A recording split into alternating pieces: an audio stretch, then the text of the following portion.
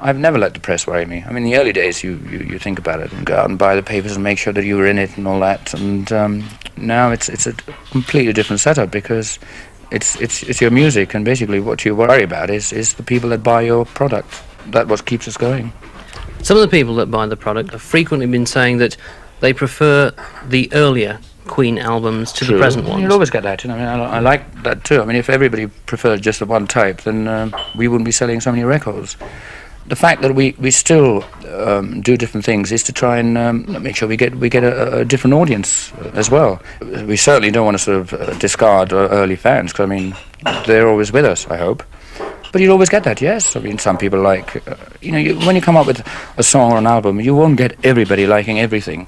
And the trademark of Queen, which I like, is just happens to be, it's like a coincidence, is that there are 4 writers that write very different material, and so it pleases maybe a wider span than most other groups. Inevitably, with the success that you've had, it's bound to bring a different lifestyle to yourself. Do you find that then harder to relate to the average people that will buy the records, in the sense that now you're so much further on than when you were, say, 12 years ago and in bed sits yourselves and very much on the breadline? Oh yes, I think that's way past. I mean, I think in a way, I think I've sort of done virtually a full circle.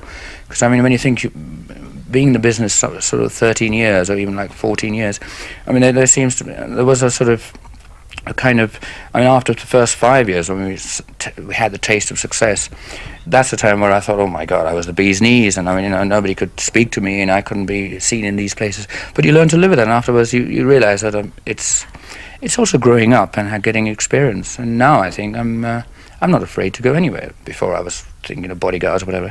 It's just a kind of discipline that you have to have, and kind of awareness. And I think there were times when there was the teeny bop stage where, I mean, we went to Japan and places and there was hordes of people screaming and things like that. But I think most people have grown up. There were times where I'd love to do shows where they were just screaming and howling all the time, and you could just play anything just because you got the adulation. Now I would prefer them to listen to what we're playing, but still have a damn good time, Looking back, something else that appears to have changed is on the Sheer Heart Attack album, proudly saying on the back cover, no synthesizers. That was something that's obviously changed with the years. Oh, of course, yes. A lot of people have got that sort of twisted round, because I mean, they actually thought that we hated synthesizers. It was basically, I think, we had a guitarist called Brian May who was recreating some amazing sounds through his guitar, and it was basically just informative. Really, there's information on the album to say that, because people thought, my God, guitars don't sound like that, it's got to be a synthesizer. So basically we were just telling the people who bought our records that this was not a synthesizer, and that Brian could recreate these kind of sounds through his wonderful guitar.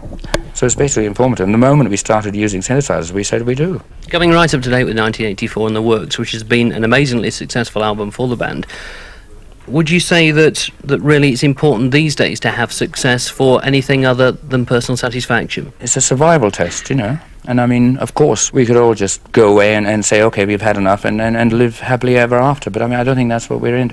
We're in it to make music, and the way I think, what else could I do? I mean, this is the thing that interests me most. You don't know what it means to, when you write a song where people actually appreciate and they say it's a good song. It's a wonderful feeling. It must be. It's a wonderful feeling. Does having 4 writers within the band make life easier for you to decide what you're going to use on an album, or is it harder because you've got so much talent there? It's tougher. It makes life much more difficult. But I think it's good in the long run, because in one way it takes the strain away from you, because I mean, you don't have to write all the time. At the same time, you have to there's a battle, because I mean, sometimes you can have a batch of very good songs, but you still have to sift through, and there's a big fight between which song goes on and all that. So there's lots of temperamental situations. But you can never say, sometimes you probably miss out a very good song. I mean, I remember when I was writing Bohemian Rhapsody, I had a song called We're the Champions, but I just didn't feel that it fitted at the time, and I just sort of kept it aside, and it's virtually, I think, about 2 or 3 years later that I sort of pulled it out the bag again, and there you are. So you can never tell. How do you feel about recording these days? Because not having, and I'm sure you don't have time limits on recording an album, or indeed a budget that says how far you can go. So how do you decide where to stop? Well, that's a good question. It's basically self-discipline, really. The budget was endless, and we used to spend enormous amount of time and money in saying you've got to get it right. But now I like to work the other way. There's enough money to make me, I could be in the studio for a year, but I hate that. I like to make decisions early. It's discipline. It's discipline.